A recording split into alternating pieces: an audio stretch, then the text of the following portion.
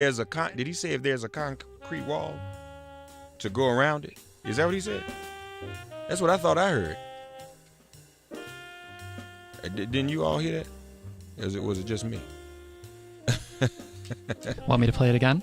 Let's just hear that one more time, because I think that's what he said about a concrete wall. Never, ever give up. Don't give up. Don't allow it to happen. If there's a concrete wall in front of you, go through it, go over it, go around it, but get to the other side of that wall. Okay.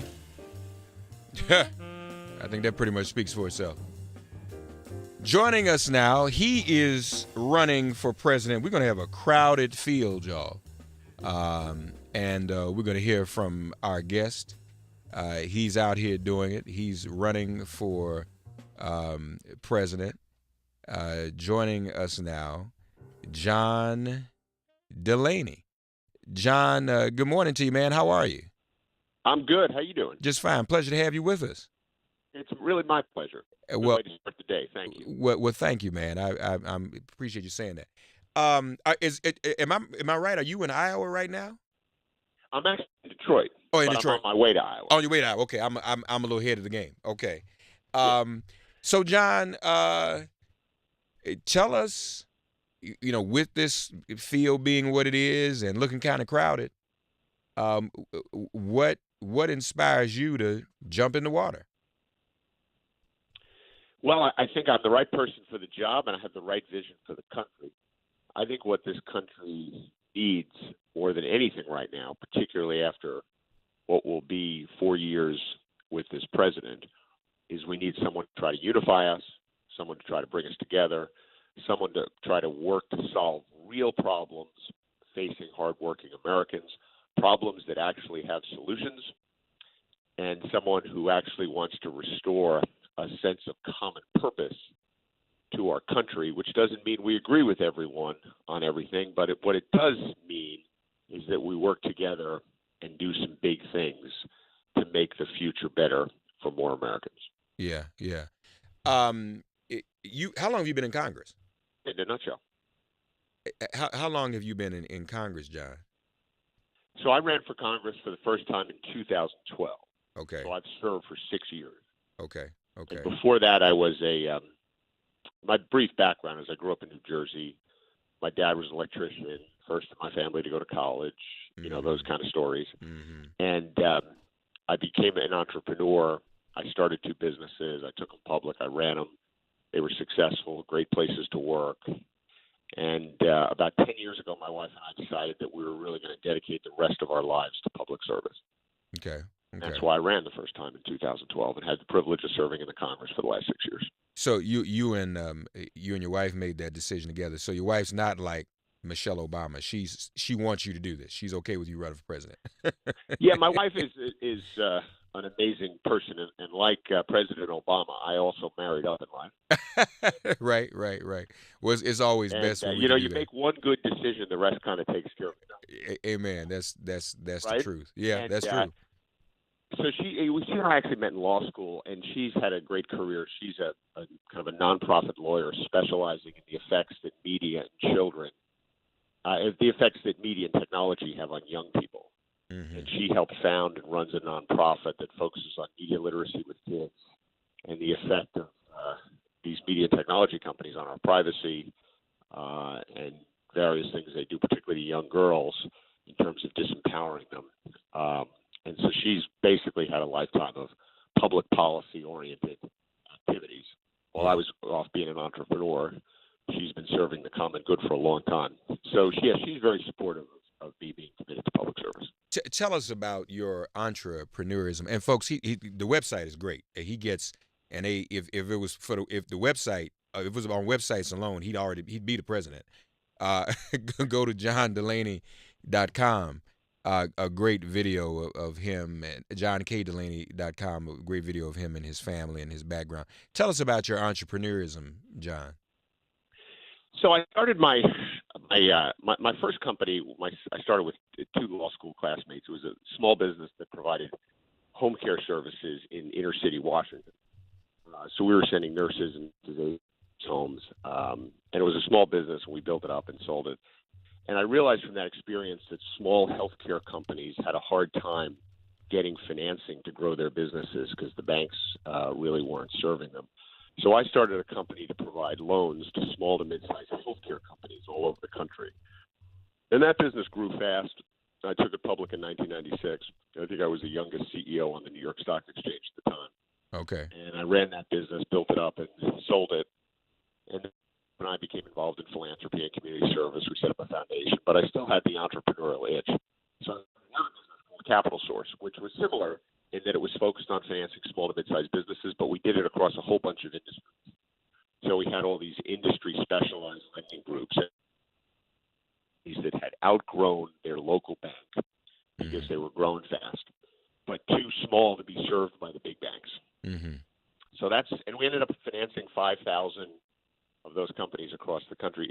In Detroit here today, I'm meeting with a great group called Entrepreneurs of Color, which was a fund that was set up by several philanthropists, J.P. Morgan, Ford Foundation, several other, Kellogg Foundation, to provide loans to entrepreneurs, minority entrepreneurs in Detroit here, to help jumpstart this economy here. And it's been very successful. So I'm doing a roundtable with a bunch of those entrepreneurs this morning, which I'm incredibly excited about because it's kind of like going back a little bit to my old life where I used to spend all my time listening to entrepreneurs, having them explain their dreams and their businesses, and then deciding whether we could lend them the money they need to grow.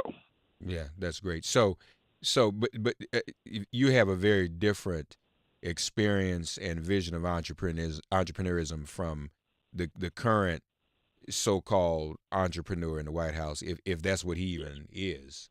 That's questionable. I think he's an entrepreneur. I think he's a business promoter. Those are very different things. Now, he was good at it. I'll give him that. Right? He was very good at getting people to slap his name on a building and pay him a fee. Yeah. Slap his name on a TV show and pay him a fee. But that's kind of like, it's a very, kind of almost narcissistic business. You're not really building anything. You're just kind of going around promoting your name. Yeah. It appears that he also, this whole and he didn't pay any of his bills, so there's. It appears that also this wall thing too is sort of an effort at getting another edifice, another structure with his name on it. Yep. I think you're right. Yeah. He's basically viewed the world through the eyes of monuments that he gets his name slapped on. Mm-hmm. Mm-hmm. And the tackier the structure, the more he enjoys it. Right. What do you think? What do you think about this shutdown? All that we don't need across, some very difficult land to build a structure for a whole variety of reasons is, and it's a shame because, I was meeting with I'm a big believer in the power of startups and entrepreneurs, and I was meeting with a very successful startup company the other day that is actually running 2 pilot programs on the border right now. And what they do is they use drones and high-powered cameras that they install on poles. And these cameras can't be read by human eyes. They can be read by computers. Right. And what they can do with a 99% accuracy, they can detect if a human being crosses the border or if a horse crosses the border, right? So they can discern between the two. And when someone crosses, they send a notice to law enforcement that someone has crossed the border, and they say the exact coordinates by a text message. And they've installed the system in 2 pilot programs across the border, and crossings are down where they've installed the systems. And they believe they can install this whole system along the border for $150 million. Wow. And, it won't involve any eminent domain. It won't involve any kind of destruction of environmentally sensitive lands. It'll cost, I don't know, 1/2,000th business proposal. Yeah. And it would be the appropriate kind of symbol of how we think about border security, which is we're not sending a message to the world that the United States is closed for business. We're not isolated. Because we have a heart, we care about asylum seekers.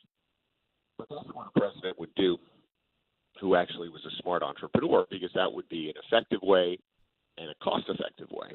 And I just don't think, listen, my wife and I were down at the border last week. We sponsored 14 law students from Georgetown, which is where we met, Georgetown Law School. and she's the chair of the law school board now.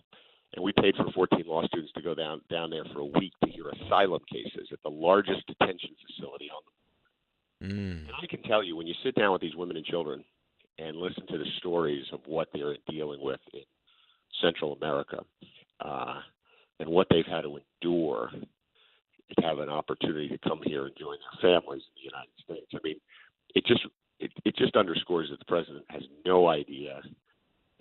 He doesn't have any idea what we should do for border security, but he doesn't have any idea, like, really what's happening down there. Yeah. He clearly doesn't get it. Yes. Let me acknowledge you both are. You and your wife both are Hoyas. I'm a Hoya.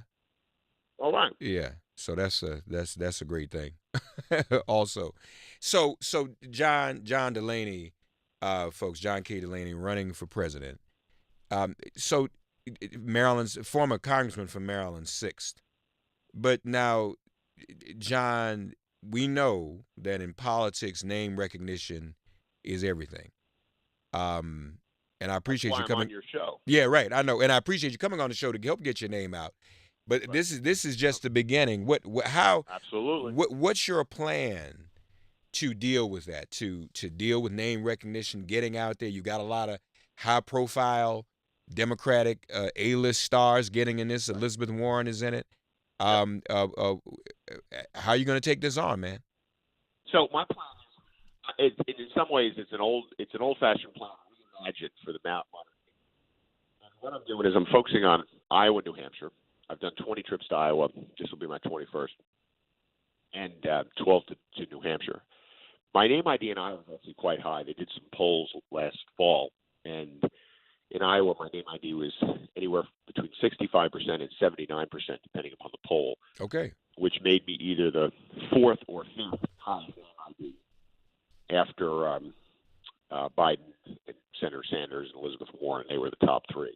And in the one poll, I was the 4th highest in Iowa, and another poll, Cory Booker was a little bit ahead of me. So I'm doing a big name ID in Iowa. So my plan is to do well in Iowa in these early states. When they start doing some serious polling kind of after the debates midsummer, the first debate is going to be in June.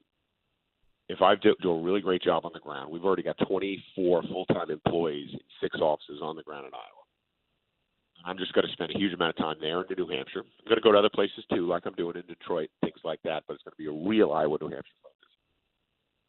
And when the first debate occurs and I do well and I've got a good operation on the ground in Iowa, then I'm going to pop, and then everyone in the national media will know who I am. I heard that, man.